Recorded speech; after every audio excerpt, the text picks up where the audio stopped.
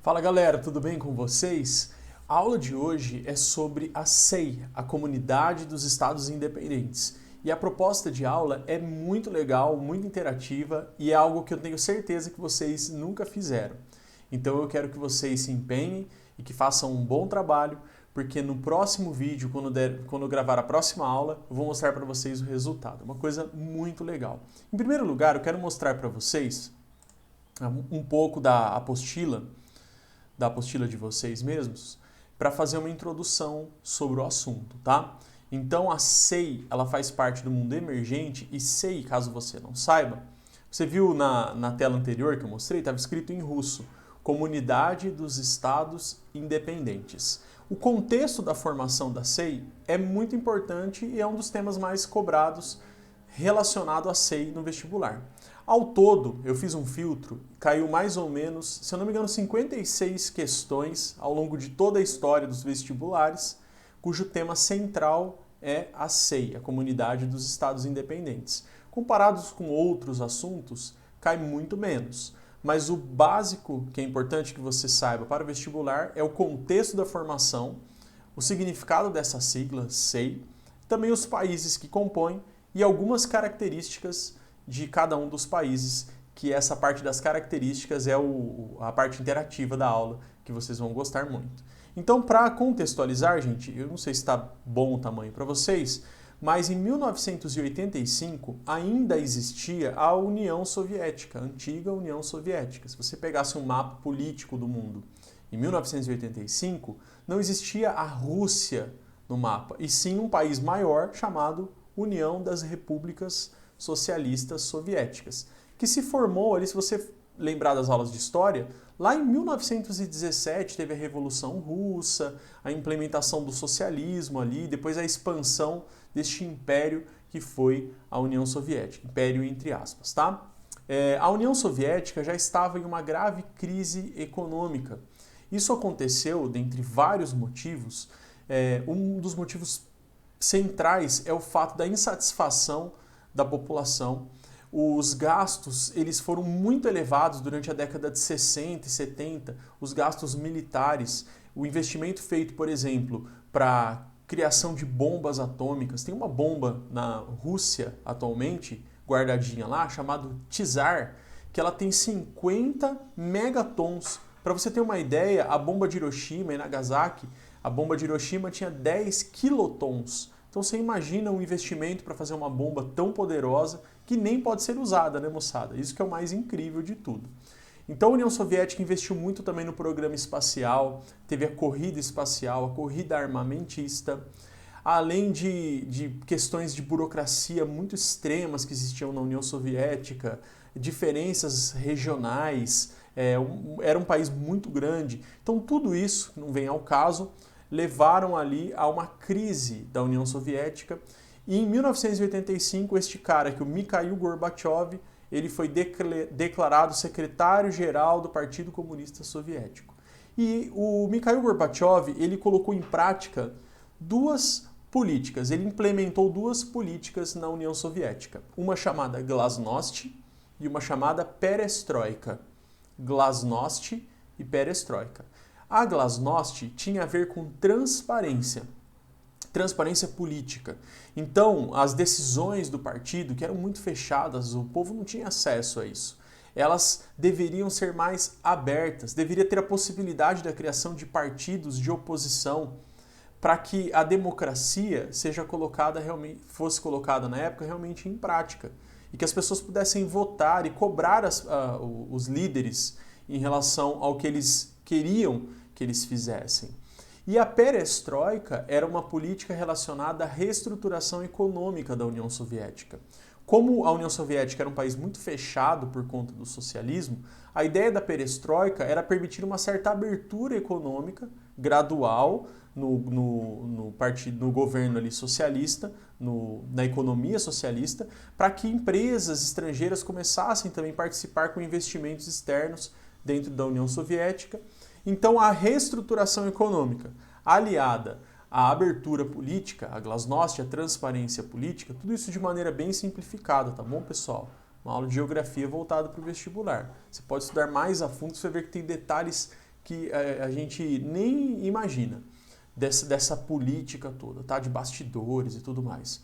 Mas, basicamente, a Glasnost e a Perestroika, elas ajudaram a União Soviética a recuperar um pouco a sua economia, melhorar um pouco a situação política dentro do país, ao mesmo tempo que foi dando mais liberdade e abertura para que os países que faziam parte da União Soviética, que a União Soviética não era só a Rússia, tinha a Estônia, a Letônia, a Lituânia, a Ucrânia, a Bielorrússia, muitos países da Ásia Central, eles compunham a União Soviética, eles foram ganhando autonomia política e acharam que era o momento de pedir independência em relação à União Soviética e voltar a ser um país independente, não apenas um país que compunha, uma república que compunha o bloco socialista. Então, privatizações e aberturas econômicas, a busca pela democracia foi levando a União Soviética de maneira quase natural ao seu fim.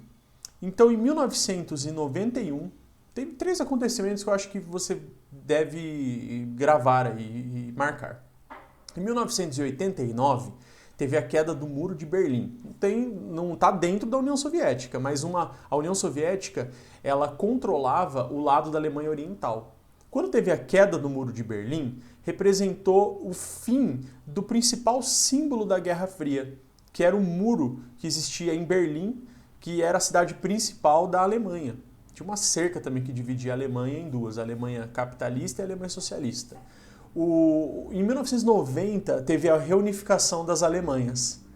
E é até interessante saber que em 1990 a Copa do Mundo foi vencida pela Alemanha. Então imagina o alvoroço que estava ali da população alemã na década de 90. Simultaneamente, gente, o processo de globalização ele estava despontando no mundo. Tecnologias, a internet, o acesso à informação ele estava sendo maior em todo o mundo, os jornais e tudo mais. Em 1990, a reunificação da Alemanha. Em 1991, foi decretado o fim da União Soviética e também o início da SEI, que é como se fosse um bloco econômico, ele é um bloco econômico, só que tem algumas características diferentes dos outros blocos econômicos, como a União Europeia ou mesmo o Mercosul, aqui na América do Sul. Na realidade, a SEI ela tinha por trás uma intenção do governo russo de manter os países que faziam parte da União Soviética próximos de si. E para os países também existia um certo interesse, afinal de contas a Rússia é muito poderosa e era muito poderosa.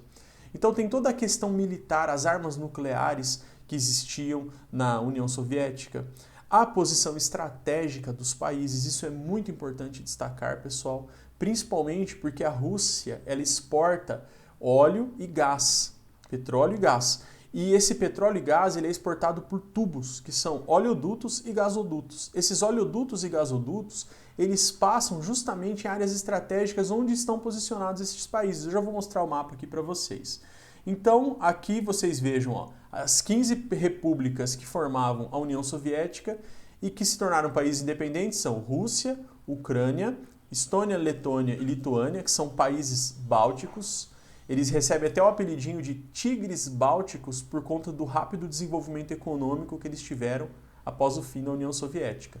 Belarus, ou Bielorrússia, Moldávia, Geórgia, Armênia e Azerbaijão, eu já vou mostrar no mapa, que são bem pequenininhos, nem parece que fazem parte da Europa esses países, mas eles fazem parte, são os países do Cáucaso, guarde bem este nome também. O Cazaquistão, o Uzbequistão, o Tajiquistão, o Quirguistão e o Turcomenistão. Quanto que estão, né? Só por curiosidade, quistão significa terra. Então, o Cazaquistão é a terra dos cazaques. O Uzbequistão é a terra dos uzbeques. Eles fazem parte da Ásia Central. Galera, eu estou gravando o vídeo aqui sem edição mesmo, porque meu computador está meio lento, ele demora horas para renderizar o vídeo. Então eu vou mostrar se tiver algum errinho, vocês podem desconsiderar aqui na hora de pular a tela, essas coisas. Então vamos lá, olha só, aqui é o mapa da atual SEI. Este mapa que está aqui circulado com essa linha vermelha, contornado com a linha vermelha. Este mapa inteiro colorido, tirando essas partes cinzas, é a antiga União Soviética. Então tudo isso aqui era a antiga URSS. E os países que compõem a CEI, eles são distribuídos, divididos por grupos, são regiões. Então tem no caso aqui os países da Ásia Central, que são esses quistões aí da vida. Tem os países bálticos, aqueles pequenininhos. Vejam que os países bálticos, eles não fazem parte da CEI na atualidade. Assim que foi formada a CEI, esses 3 países falaram, gente, eu não quero. Não quero. Eles tinham muito em mente a ideia de participar da União Europeia. E atualmente, inclusive, esses 3 países, eles fazem parte da União Europeia. Aí tem aqui, ó, Belarus, Moldávia, Ucrânia. A Ucrânia, ela teve um problema com a Ucrânia e a Rússia alguns anos atrás. 2012, se eu não me engano, acho que foi isso. Tá? Eu sou péssimo para datas. Mas assim, o que aconteceu? Dentro da Ucrânia tem uma península bem pequenininha, vocês conseguem ver se olhar mais de perto aqui, no Mar Negro, chamado Crimeia, essa península. A península da Crimeia, ela pertencia à Ucrânia, mas a maioria da população da Crimeia são russos.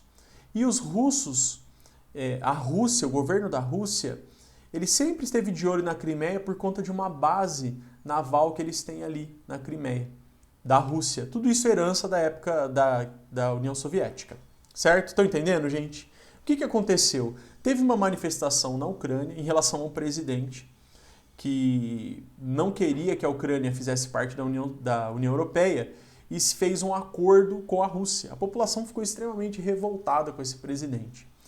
E daí o que aconteceu? A galera conseguiu retirar esse presidente do poder. E daí, quando esse presidente saiu do poder, como ele era um aliado do Vladimir Putin na Rússia, a Rússia achou por bem fazer ali uma votação dentro da Crimeia para fazer a Crimeia se separar da Ucrânia. E isso aconteceu, gente. Vocês acreditam? Que doideira, né? Nem parece coisa moderna, mas isso aconteceu e a Crimeia foi anexada pela Rússia. Recentemente, agora em 2019, a Rússia inaugurou uma ponte aqui até a Crimeia. Então foi uma questão muito polêmica. A Rússia disse que não se envolveu diretamente, mas tinham soldados russos na Crimeia, mesmo sem bandeira da Rússia. Usavam a farda, mas a Rússia não admitiu. E esses soldados ali fizeram uma pressão também e ajudaram na votação para a Crimeia se separar da Ucrânia e se juntar com a Rússia. Você imagina que os Estados Unidos não apoiou isso. Então sempre essa história da Guerra Fria ela acaba sendo ressuscitada anos depois. E a galera que faz desenho, vira e mexe, faz charge sobre isso, viu? Faz charge tipo túmulo da União Soviética, mas o cara saindo do túmulo, a Guerra Fria, é uma doideira, tá? Então é um assunto que sempre vai voltar essas questões, assim, essas tensões entre Estados Unidos e Rússia atualmente. E a União Europeia também não apoiou.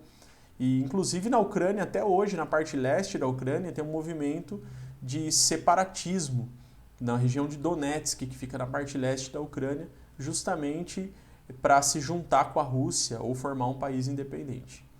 Então, vocês vejam que tem os países eslavos, que são esses países com esta cor, e os países do Cáucaso, que são aqueles 3 pequenininhos que eu falei que ia mostrar no mapa para vocês, a Geórgia, a Armênia e o Azerbaijão.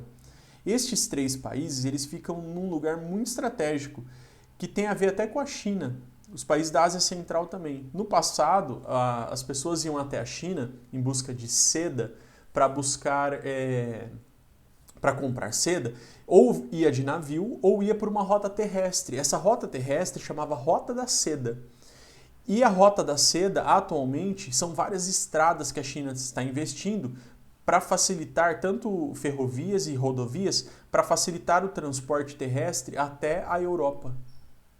E imagina só que essas estradas todas, essa Rota da Seda, ela passa pela Ásia Central e passa também pelos países do Cáucaso, gente.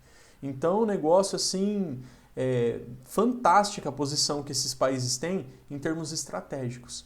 Além disso, os oleodutos e gasodutos, eles passam aqui pelos países do leste europeu e também passam pelos países do Cáucaso. Por isso que a Rússia não quer abrir mão desta parceria ou dessa influência que ela tem sobre estes países. Bom, galera, eu acho que é mais ou menos isso. Aqui tem uma charge também mostrando a busca da influência política e militar da Rússia, traçando ali a área de influência dela, que é justamente a CEI, os países da CEI. É uma região que é um verdadeiro mosaico de nacionalidades e etnias, isso acontece na própria Rússia, e agora a apostila ela vai descrever características de cada um dos países, da maioria dos países. Então vai falar bastante sobre a Rússia, tudo isso aqui fala sobre a Rússia. Depois vai falar das questões separatistas, aqui nesta parte, que é o Cáucaso. Vejam que tem vários nomes esquisitos aqui. Eu aconselho que vocês assistam uma aula que está aqui no canal, que é de movimentos separatistas, e que vocês façam atividade proposta nesta aula, que vai pedir para você estudar os principais movimentos separatistas, e até mesmo tem muitos aqui da região do Cáucaso. Depois vai falar sobre os aspectos econômicos da Rússia, muitas características da Rússia, e entra nas demais repúblicas da antiga União Soviética. Então vai falar sobre a Ucrânia, aqui tem a questão da Crimeia, vamos ver se tem o ano aqui, que eu fiquei em dúvida lá. 2014, viu, moçada? Então, corrigindo aí, não foi 2012, sim 2014. Aí vai falar de outros países, Belarus, Moldávia, e aqui vai falar um pouquinho só sobre cada um desses países, e agora eu vou mostrar para vocês como que vai ser o processo desse trabalho, que vai ter a participação direta de vocês. Então, vamos lá. Deixa eu fazer o seguinte. Legal. Vou fazer o seguinte, moçada. Eu vou publicar este vídeo aqui do jeito que tá e vai ter o vídeo parte 2. Assim fica dividido em dois e um vídeo fica só da parte prática e esse vídeo fica só para explicação. Combinado? Então valeu, moçada. Até daqui a pouquinho no próximo vídeo, que vai ter uma coisa muito legal que você não pode perder.